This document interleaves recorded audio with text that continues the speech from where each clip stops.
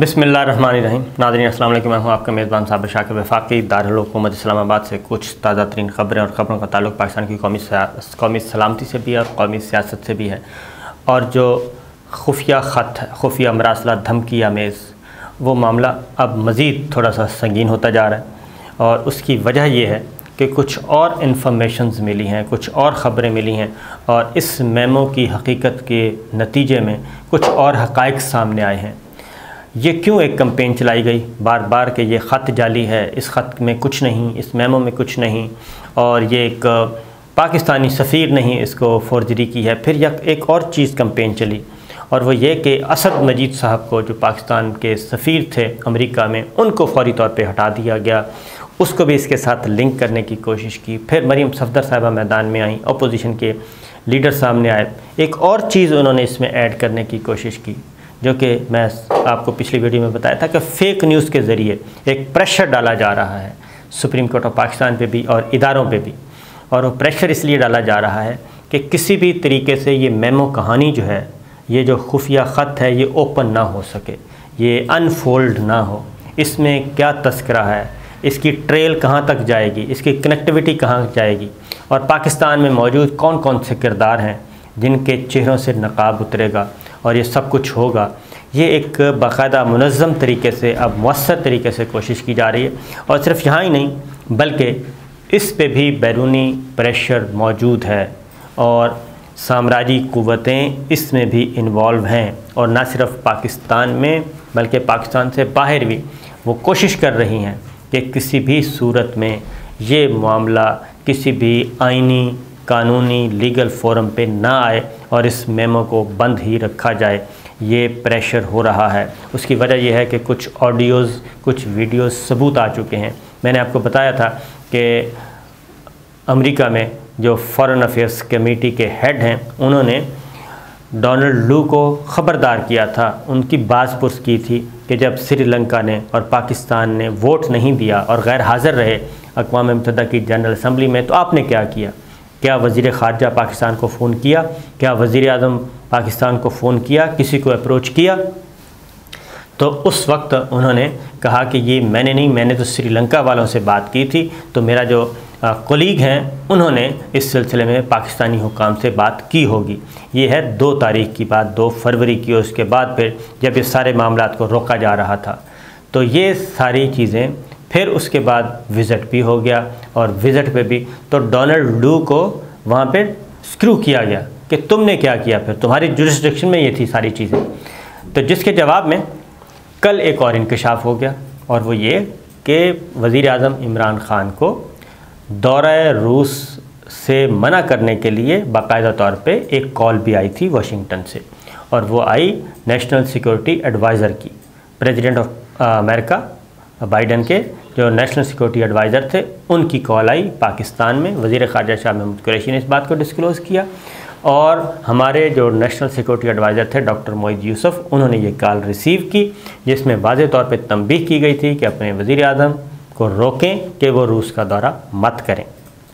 अब दौरा रूस क्यों इतनी मुसीबत बनी हुई थी? क्योंकि ये सिर्फ रूस नहीं है, ये चाइना का भी मसला है। चाइना और उसके बाद रूस, ये पूरा का पूरा रीजनल ब्लॉक जो बन रहा था, उसमें जाने से रोकना था, उस ब्लॉक को नहीं बनने देना, और अमरीकी जो तसल्लुत है इस खित्ते में, उसको ख़त्म करना था। और अगर वो ख़त्म होता है तो उसके मफादात हिट होते हैं। अब पाकिस्तान के बाद दूसरा मुल्क कौन है? श्रीलंका। श्रीलंका ने भी इनकार कर दिया, वो भी ये बोझ उठाने के लिए तैयार नहीं, क्योंकि वो भी सी पैक का हिस्सा है। पाकिस्तान भी सी पैक का हिस्सा है, नेपाल सी पैक का हिस्सा है, बांग्लादेश सी पैक यानी कि 1 बेल्ट 1 रोड जो है, ये पूरा एक इक़्तिसादी प्रोजेक्ट है, इक़्तिसादी राहदारी का, ज़मीनी और बहरी, ये पूरे का पूरा, ये सब इंटरलिंक है। और इस मामले को ही रोकना मकसूद है। इंडिया जो है वो अमेरिका को उस तरीके से सर्व नहीं कर सकता।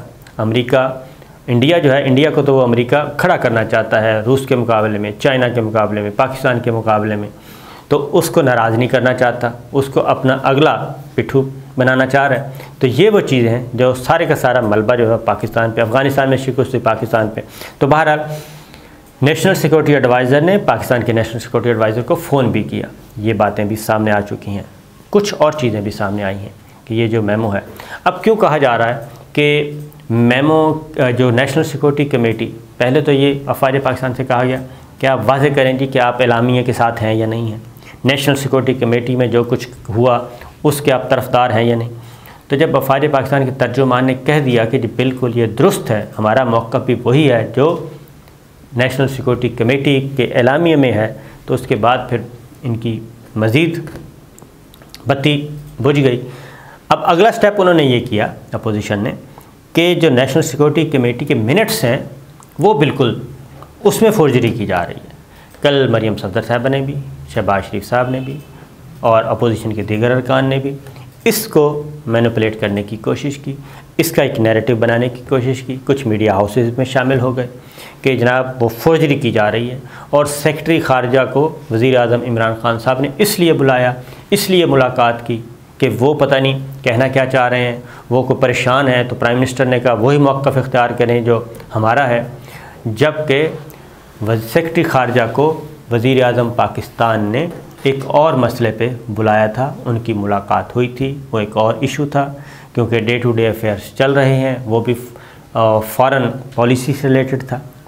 और फिर ये कहा गया कि असद मजीद जो स्पीकर हमारे सफ़ीर थे वाशिंगटन में, डॉक्टर असद मजीद, जिसके ज़माने में ये सब कुछ हुआ, उनको तब्दील कर दिया गया। उनका तबादला बहुत पहले हो चुका था, उनकी पोस्टिंग बहुत पहले हो चुकी थी, ब्रसेल्स में हो चुकी थी।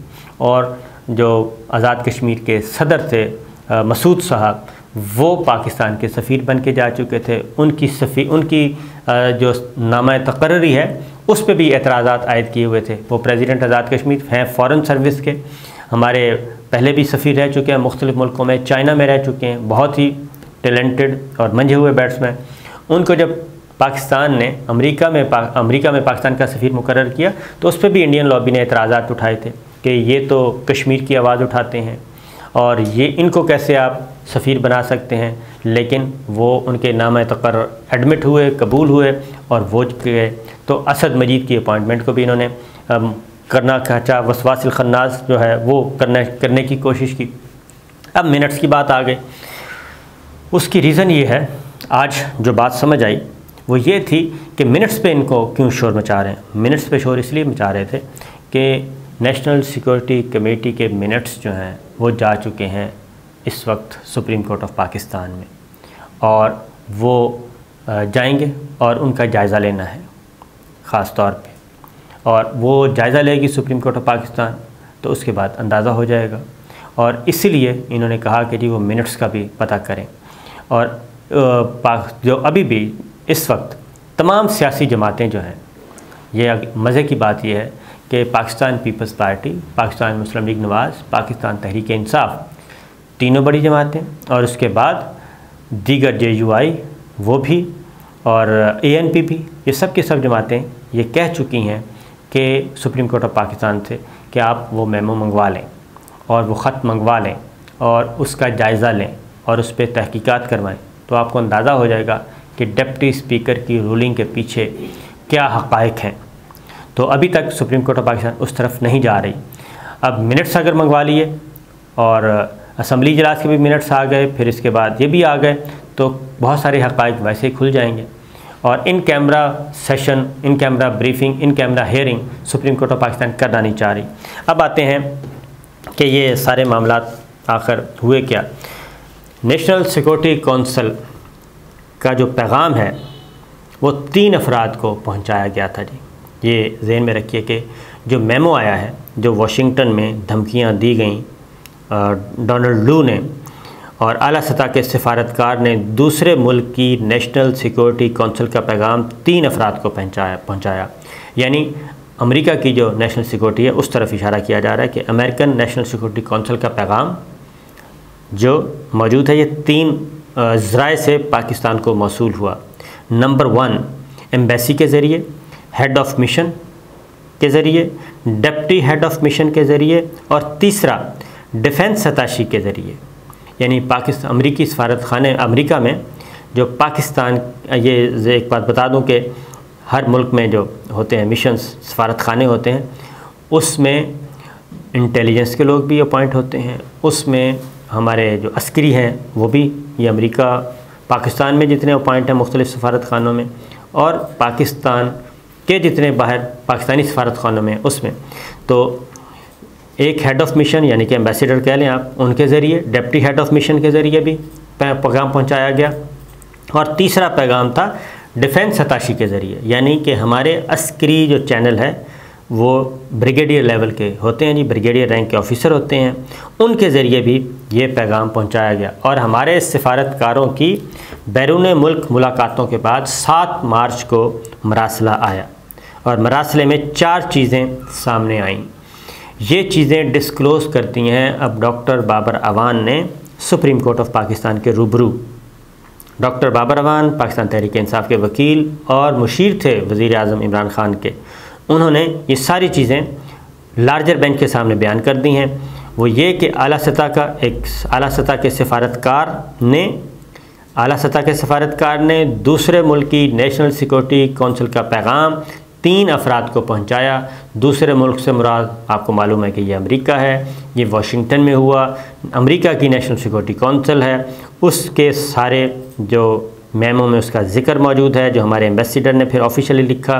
डिफेंस अताशी ने भी वो लिख चुके हैं, वो भी बता चुके हैं, यानी कि हमारे ब्रिगेडियर साहब। तो 3 ज़रिए से ये मौसूल हुई हैं धमकियाँ।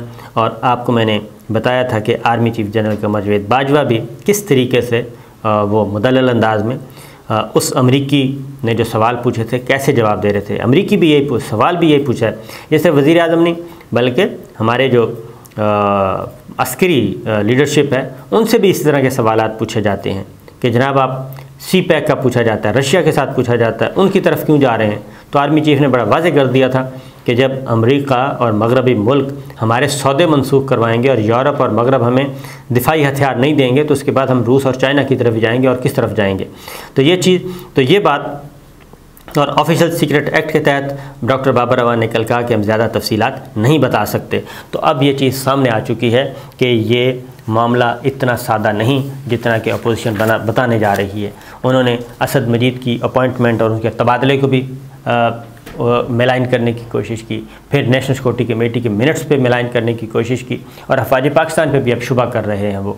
तो ये है वो बातें जो सारी की सारी आ रही हैं। दूसरी जानिब एक और बहरान क्राइसिस पंजाब में जन्म ले रहा है, इंशाअल्लाह उसके बारे में फिर अगली वीडियो में बताएंगे। प्रोग्राम का वक्त ख़त्म, इजाज़त दीजिए, अल्लाह हाफ़िज़।